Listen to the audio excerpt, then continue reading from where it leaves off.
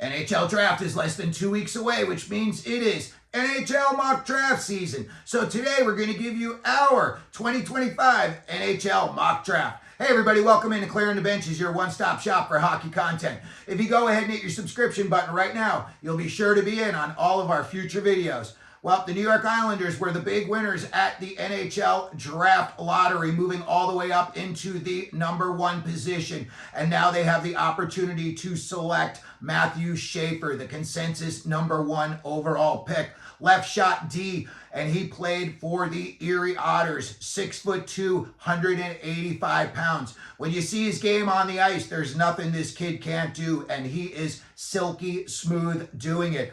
Off the ice, he lost both his mother and then his billet mother in about a 6-month stretch, and he did not let it bring him down, and instead he uses it as fuel. And when you see him in interviews, he's very eager to talk about these two ladies and how big of a part of his NHL career they will still be. So when I look at the Islanders, to me, they're in a no-lose situation right now, unless somebody comes, like I said, out of the blue. They're going to be taking Matthew Schaefer. When I look at the number 2 selection, and here's where I'm going to take a big turn compared to what most people are going to do, and I have the San Jose Sharks taking Porter Martone out of Brampton. Porter Martone is Corey Perry 2.0. And I know, to you younger viewers out there, Corey Perry may look like a busted up old man, but in his career, back in the day, he was a 50-goal scorer. He won the Rocket Richard Trophy. He won the Hart Trophy as the league MVP. And I believe now he is in his 5th NHL final. The guy does everything. When you see he scores, he's pesky. That is exactly what Porter Martone does. He is a big kid, 6'3", 205. He had 98 points in just 57 games this year. And I think Mike Greer, who is a big, power forward type guy himself, he's about 6 foot, 215 pounds. He sees a guy like Martone, and he says this could be the guy that we could surround. Celebrini, Smith, Quentin Musty. And then you've got some other bigger guys coming up like Casper Holton and Sam Dickinson. And you could really turn that team into what, as we're seeing in these playoffs, rock'em sock'em hockey. That's what you need. You can't just have a bunch of stick men out there, and I mean skinny little guys running around. You need guys to protect them, as we're seeing in these playoffs. You don't see too many small guys doing big things in the playoffs. It's mostly the bigger guys out there. So I think even though everybody else has Michael Misa, I am taking Porter Martone for the San Jose Sharks. Then at number 3, I do have Chicago taking Michael Misa. Michael Misa, to me, is going to probably be John Tavares or Jonathan Toews 2.0. He's excellent on special teams. He can do it all. He's tough too. Funny thing is, he fought Porter Martone. It was just a quick fight, but the fact that, he went up against a guy like Martone who's, considerably bigger than him, and he was still willing to drop the gloves, tells me he would be a great fit for the Chicago Blackhawks. They've got a lot of young, skilled kids that are going to be coming up in the next year or two. And I could see Misa probably playing in the NHL. Maybe he's going to get 9 games in next year. And then the year after that, I think he's got a really good chance to make the big club. So at number 3, I've got the Chicago Blackhawks taking Michael Misa. At number 4, the Utah Mammoth. I've got them taking Brady Martin. When I look at Brady Martin, I see another guy that Utah general manager Bill Armstrong recently traded up to in a previous draft to select, and that was Connor Geekie. When you look at Brady Martin, and if you watch Connor Geekie, very, very similar. As soon as they come over the boards, they are very eager to put a body on somebody, and then they're very good at collecting loose pucks and then driving to the net. I think that's what Brady Martin is going to bring for the Utah Mammoth. I think this number 4 pick could also be the first big trade possibly in this draft. I see maybe Anaheim at 10 wants to move up and they want a guy, maybe they've got their eye on a certain guy. And I know that Pat Verbeek loves size, skill, and snarl. And Brady Martin, to me, I think that would be an excellent fit for Anaheim as well. I know Anaheim is probably going to trade Trevor Zegras this offseason, so maybe you could take Anaheim's 10 and Trevor Zegras, and that would be enough to get you into the number 4 slot. At number 5, I've got the Nashville Predators taking Caleb Desnoyers of the Moncton Wildcats. The Nashville Predators, after last offseason, they put some serious mileage on those tires last offseason, and it did not pay off. They have got to get younger up front. And I know that a lot of people, are going to say, oh, I like so-and-so more than this guy. In my opinion, Caleb Desnoyers would be an excellent fit for the Nashville Predators. He's kind of a, just a forward. He can play center. He can play the wing. And he's definitely got a nose for the net. He knows how to score. So I have the Nashville Preds taking Desnoyers at 5. Number 6, and this is going to be another surprise for most people, I have the Philadelphia Flyers selecting Victor Eklund. I think he is going to be a sniper in the NHL. He's already playing with men in Sweden, and he has proved that he is fearless. Michkov's got a little bit of fearlessness to him. So you could take a guy, with skill and guts, and you could have him help Michkov. Maybe, you try him out on the same line. Maybe you would have them on the power play together, but I could see a combination of Victor Eklund and Matvei Michkov being lethal in the future. Number 7, the Boston Bruins. I've got them taking the best playmaker in this draft, and in my personal opinion, that is Jake O'Brien.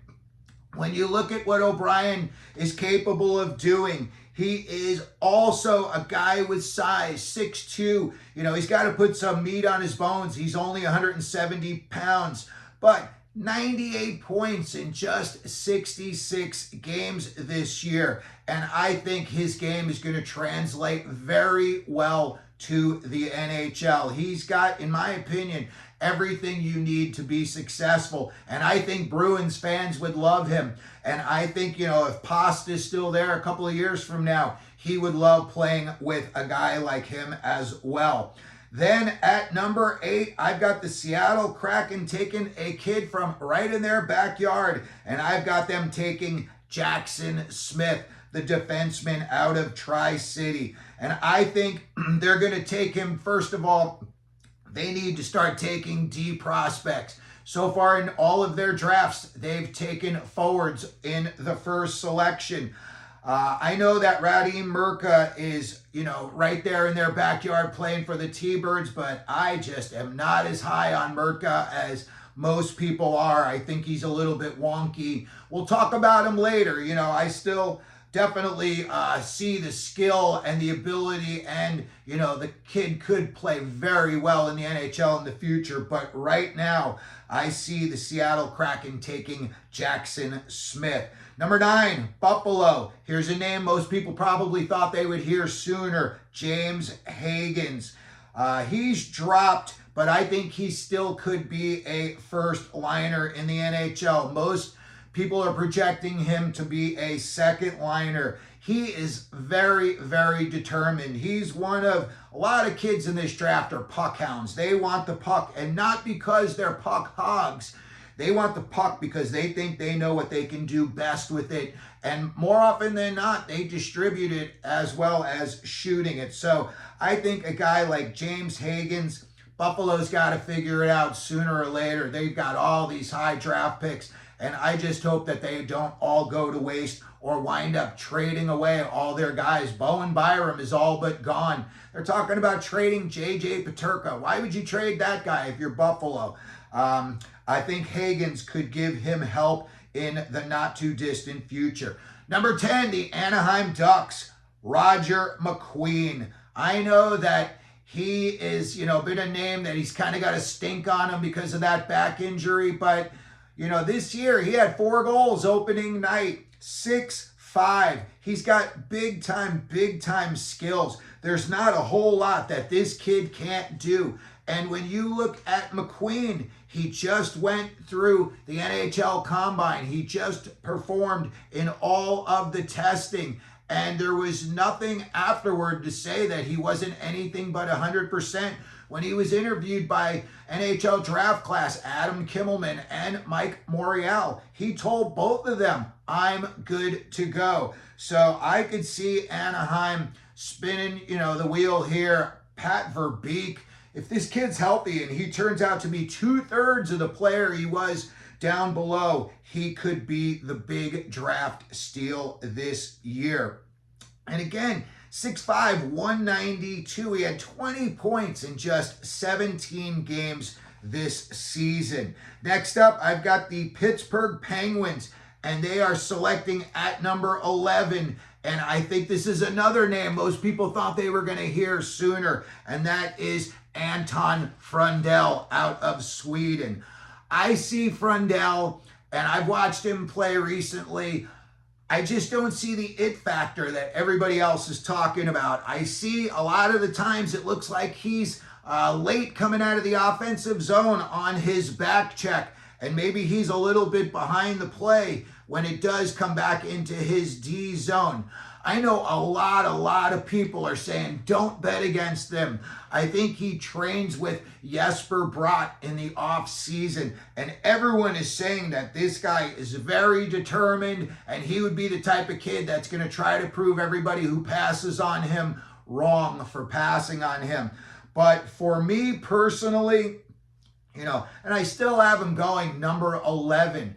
But I just have not seen the big it factor that everybody else sees for Anton Frundell. And the Penguins, they got to start putting some youth into their future very soon. They've gotten old and stale real quick. Now, the New York Rangers have right now the number 12 pick. They have 48 hours before the draft to say whether they are going to give this pick to the Pittsburgh Penguins for some previous dealings that were made, or if they would keep this pick and give the Penguins, the New York Rangers, next year's number 1 pick. If I'm the New York Rangers, I just don't see a scenario where you're going to be picking higher than 12 next year. So I have the Rangers keeping this pick, and I love this selection. Kashawn Aitchison.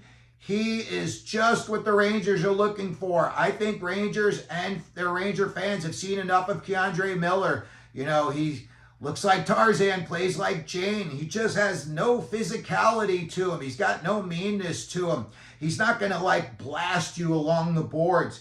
And Kashawn Aitchison, he's going to do that. When you look at the guys that the Rangers have coming up right now, a lot of these young players play a nasty brand of hockey. Will Cooley, Brennan Othman, Adam Enstrom.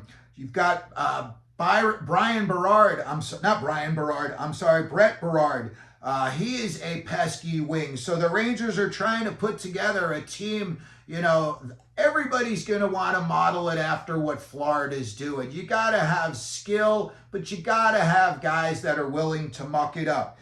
Kashawn Aitchison is definitely a guy who likes to muck it up. And here's a little side story for you. He fought Porter Martone twice so far in his career. And then he gets to the NHL Combine, and, they just pair up kids at, randomly, or supposedly it's randomly. And when Kashawn Aitchison goes into his hotel room to see who his roommate's going to be for the Combine week, who is it? None other than Porter Martone. So he said they looked at each other and they just cracked up, and now they're buddies. They put it all behind him. I think both of those kids are going to be very, very successful in the NHL. And I think Ranger fans would absolutely love Kashawn Aitchison. Number 13, the Detroit Red Wings. This kid got hurt this year, but he had 40 goals anyway. Carter Bear, coming off an Achilles injury, still had 40 goals. He is a sniper with desire. And they say he's the nicest person in the world. Everybody who has spoken with him, from scouts to coaches to GMs, say he is so likable and so manageable. He wants to do anything it takes to win. Detroit could use some of that right now. CBJ is picking 14, and I've got them picking Tage Thompson 2.0, Lyndon Lakovic. If you watch Lakovic, he looks just like Tage Thompson. He's big, he's lanky, he's not a hitter, he's not physical or any of that, but he's got a crazy long stick, and just like Tage Thompson, in tight, even though he's so big and he's got that crazy long stick, he's able to do things at his feet that are very precise, and he's able to put the puck wherever he wants, just like Tage Thompson is. I think CBJ's got a lot of firepower coming in their future, and in 5 years, laugh at me now, but the Columbus Blue Jackets could be serious Stanley Cup contenders. At number 15, I have the Vancouver Canucks taking Justin Carbonneau. And he played in the Q this year. 89 points in just 62 games. 6'1", 192 pounds. So he's got size. He's got skill. Vancouver, they lost JT Miller. Who knows what's going to happen with Pettersson? So they've got to make, a decision. And I think bringing in a guy like Carbonneau would be just perfect for them. And I think a team like Montreal with 2 picks right after that, if Vancouver doesn't take him, they're going to jump all over him with one of those 2 picks. So let's get to the 2 Montreal Canadiens picks at 16 and 17. At number 16, I've got them taking Logan Hensler. Logan Hensler, to me, is just a player. He plays at Wisconsin, that he is very, very high hockey IQ. Sees the play ahead of time. He's able to put himself in good position. He's a very good two-way player. He can join the play as well. When you look at a guy like Hensler and his abilities, he's a guy that he can use his skill and his IQ because he's in the right position. He doesn't need to make a big flashy play. He's already there to do it, and he can just ride a guy off the boards, and he could do something that, makes it look easy when actually it's more of a difficult play than it looks. 6'2", 196 pounds, and he had 12 points in 32 NCAA games. Right shot D, very coveted in the NHL. At number 17, I've got a kid who's going to Michigan, Malcolm Spence. Malcolm Spence also plays for the Erie Otters, where Matthew Schaefer played this year. 6'2", 200 pounds, going to Michigan. 73 points in 65 games for Erie in the OHL. 6'2", 200 pounds. What's not to love about him? And I think with what Montreal's got going on, they got to put a little bit of size in there with those forwards. And I think size and skill right now, you've got Slavkovsky, Caulfield's on the smaller side, but you do have some other kids that are going to be making it into the NHL for Montreal in the near future. And I just think a guy like Malcolm Spence and Logan Hensler would just be perfect fits for what the Canadiens are doing right now. Excuse me. At number 18, I've got the Calgary Flames taking Braden Coots out of the Seattle Thunderbirds in the WHL. He is a future captain. This kid is a big-time leader. 63 points in just 60 games this year. And again, the WHL is pretty much rock'em sock'em robot hockey. You see kids come out of there, and for the most part, they make the jump right into the NHL, and they're not shocked by all the physicality because they've already seen it. So I see a guy like Braden Coots just really fitting the bill for the Calgary Flames. Next up, I've got the St. Louis Blues, and they are selecting center out of Windsor, Jack Nesbitt. St. Louis has got a lot of young forwards that are going to be making it into the NHL and sticking in the next couple of years. Nesbitt is just in that same realm of players, and Montgomery likes those muckers. He likes kids that are willing to go in the corner and go get the puck. That's what Nesbitt is really, really good at too. And when you look at a guy like Nesbitt and you see other players that are, getting drafted right around there, they don't have his size. 6'4", 183 pounds, 64 points in 65 games. So I think St. Louis would absolutely fall in love with him. 20th, Columbus Blue Jackets are picking again, and I've got them taking Cameron Reed, and he is a left D out of Kitchener. Columbus has got all the firepower they need already up front. They've got to start putting some guys on the back end, and I think Reed would just be a perfect fit. You've already got some guys back there that know their roles, and now you bring in a kid like Reed, and when I look at Reed and I see what his capabilities are, he's not going to jump off the page at you, but in a few years when Columbus is getting better and you slot him in, he's probably going to be a guy that you don't notice. And in the NHL, when you don't notice a defenseman who's getting minutes, that's a great thing. So CBJ at 20, taking Cameron Reed out of Kitchener. Number 21, and this is another name that everybody is falling in love with, and he is moving up the board big time as well. And I am talking about Cole Reshny. When I see Cole Reshny, I see a guy, he's not the biggest guy. He's 5'10", 187 pounds. He's committed to North Dakota. 92 points this year in just 62 games. He can play wing, he can play center. And when I look at a guy like him, I just think to myself, he's got the skill set that you really, really need in Ottawa. They've got so many guys that are good, and they've got like that brawn, but when you look at them, they don't really have a guy who, again, another puck hound. I think they would love him in Ottawa. I think the teammates would love him in Ottawa because he's also very pesky. He wants the puck on his stick, and I think that's the direction that Ottawa is going. And he also has some snarl to him, and he's got leadership. So I think he would just be an excellent fit in Ottawa. And then next up at number 22, the Philadelphia Flyers, and they are going to take Cullen Potter, the speedster out of Arizona State. He is also another puck hound.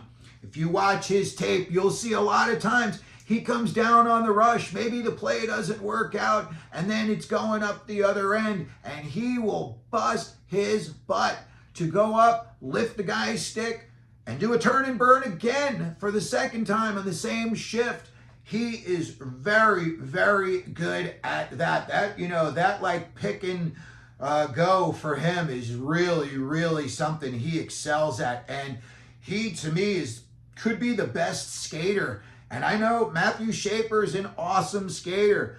I think that Cullen Potter could be just as good, if not better, of a skater. And remember, his mom, Jenny Potter, she's in the U.S. Hockey Hall of Fame. I think she played on 3 Olympic teams. She is also somebody who can bring a lot of knowledge to a kid like Potter. And obviously, he picked up everything she was teaching him, because when you watch him, he's got big time speed. And if you were to put him with, again, another guy with Vermichkov, and also in earlier when we had the Philadelphia Flyers They took Victor Eklund. Now you would have three guys that could really just tear it up.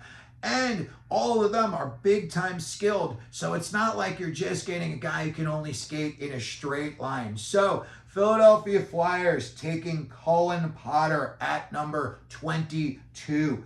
Number 23, the Nashville Predators are picking again, and I've got them taking Sasha Boumedienne out of Boston University. 6'3", 185-pound defenseman. Excellent skater. You know, he's not going to bring it most offensively. He only had 13 points in 40 games this year, but he's got good size, 6'2", 185. And, you know, he's a kid that when you see him, he's smart. You can see him thinking the play. He's another guy who puts himself in excellent position so he doesn't have to make any last second, like, you know, floppy adjustments. He's already there. Very silky, smooth skater as well. I like what I see when I see him. And again, these are kids that, you know, the NHL is changing. The playoffs, it's still big time nasty hockey, but to get there, the skill level, you know, some of these smaller players, they're not so muscular, are doing very well. The Clayton Kellers of the world, the Logan Coolies of the world. So when I look at the Nashville Predators, Boumedienne would be a guy that he would just fit them to me in an excellent way, just excellent. So number 24, the Los Angeles Kings, and I've got them taking a big banger in Blake Fiddler. It looks like there could be a bidding war for the Kings defenseman Gavrikov this offseason. A lot of teams want him, and they could be offering him big money. If he goes, you're going to start to need to get some size and snarl back there. And Blake Fiddler, his skating needs some work. His dad played in the NHL, and his dad was a pesky player. So I could see Fiddler in a few years being a good fit for the LA Kings. Number 25, the Chicago Blackhawks and Jack Murtaugh of the US NTP team. 53 points in 56 games. He's got an all-around game. I saw him play against Arizona State this past season. I liked what I saw. You know, his skating needs a little bit of work, but again, he's more of a 200-foot guy to me. He's, you know, not like so offensively minded or defensively minded. He just brings it down the middle, can play both center and left wing. So he's versatile, and he's a guy, you know, like I said, 53 points in 56 games playing for the National Development Team. Those are some pretty good numbers. And with all the other skill that Chicago's got coming up in the future, he would just need to fit in as opposed to stand out. Number 26, the Nashville Predators with another selection. And I've got them taking the only goalie in the first round, Joshua Ravensburg out of Prince George. Goalies take a long time to marinate, and this kid is the best goalie in this draft. There's some other, you know, goalies that could be better than him in the future, but right now, Ravensburg is the big name. And I think, you know, again, you've got time to let him marinate. It's not like you have to plug him in the next couple of years. Look at all the big name goalies, you know, that have gone, and it's taken them a while. Spencer Knight, Askarov, you know, those are big name kids, and they are still finding their way. So I think Joshua Ravensburg, and he's a big guy, 6'5", is going to be an excellent player for the Nashville Predators in their future. Number 27, the Washington Capitals, and here's a name everyone's going to go, did you forget about this guy? Nope, I didn't forget about him. I am just not nearly as high on him as everybody else is, and that is Radim Murtka of the Seattle Thunderbirds. I'm not saying I don't like this kid. I've still got him going in the first round, but I just don't see him going top 10, 15, or even top 20 like a lot of other people do. He's big, you know, he's a good player, but to me, he's kind of wonky. And when you watch Seattle, I didn't say, oh man, there, that guy right there. I didn't. So I know a lot of people really like him. And again, defensemen, you know, they say you rather draft him and get him on the cheap than have to trade for him at the deadline a couple of years later, and you might be giving up overvalue for them. So I still have Radim Merca going in the first round, just not nearly as high as everybody else does. Next up, number 28, Winnipeg Jets, and I've got them taking right wing Ben Kindle. Has this for some scoring. 99 points in just 65 games playing for the Calgary Hitmen in the WHL. Again, very physical out there. So a kid like him playing in the NHL, and I see him not being shocked at all. And, you know, he's not the biggest guy, 5'10", 180 pounds, but that scoring prowess to me is something that I think is definitely going to translate. Look at Cole Perfetti's finding his way for Winnipeg right now. Who knows if Nikolai Ehlers is going to go in free agency, and you would have him learning from a guy like Kyle Connor. So I think, you know, later in this first round, Ben Kindle is going to be an excellent selection. Next up, number 29, the Carolina Hurricanes. And I've got them taking another left wing, Bill Zonin. He had 83 points in just 65 games this year. And I'm sorry, in 64 games this year. 6'2", 190 pounds.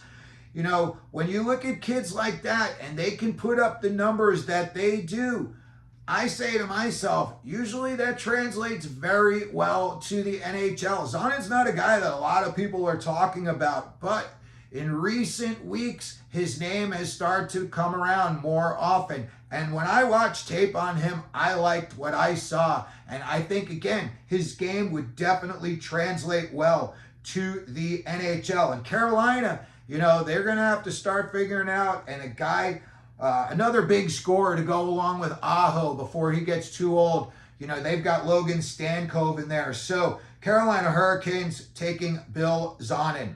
Number 30, and the San Jose Sharks are picking again. And I have them rolling the dice on 6'6", 185-pound right wing Vaclav Nestrasil. He's going to UMass. This guy is so much fun to watch. I don't know what it is about him, but when you watch tape on him, it's just always very, very enjoyable. And I think San Jose, if they were to take Martone second, and now you would add a guy 6'6", Nestrasil, now you would have it all up front. You would have massive size, and you would have guys like Will Smith and Celebrini and Eklund who are smaller snipers, but you again would have guys like Nestrasil, Martone, and Casper Holtonen providing the brawn. I think he would be an excellent fit for San Jose. And again, Mike Greer, he was a big guy, and this year there's lots of big guys to choose from. Number 31, the Calgary Flames are selecting again, and I've got them taking center Ivan Ryabkin out of Muskegon. He only had 30 points in 27 games, but I really liked him when I saw him on tape. I think he's a player that Calgary's got some younger players, and they got to start finding their way. They're kind of middle of the pack. They had a pretty good year last year, better than most people expected. Some of their younger players, you know, they grew into their game. Connor Zary's had a little bit of injury issues, but when he's healthy, you know, he's really, to me, a sniper. And, you know, you saw Huberdeau had a little bit of a bounce back year last year. So I could see, you know, Calgary, to me, their lineup is not so great that, you know, you see a kid like Ryabkin, and maybe he could crack that lineup in just 2 to 3 years. And with the final number 32 pick, I have the Philadelphia Flyers taking a little bit of a reach in most people's opinions, but not mine. Bryce Pickford of the Medicine Hat Tigers. He plays defense. He scores. He hits. He fights. He lit it up in the WHL playoffs. He had goals in 10 straight games, and he's a defenseman. And again, he's been in a slew of fights. And you know those Flyer fans, they love the guys that drop the gloves. So Bryce Pickford would be my final selection in this year's first round. So there you have it. There's our 2025 NHL mock draft. Let me know what you think in the comments section. Let me know if there's some players that you think would get selected higher, lower, or maybe we didn't even select them at all. Put it down in the comments section. We can have a back and forth. If you could, please hit your like button, your subscribe button, and as we always do here at Clearing the Benches, let them know you're out there.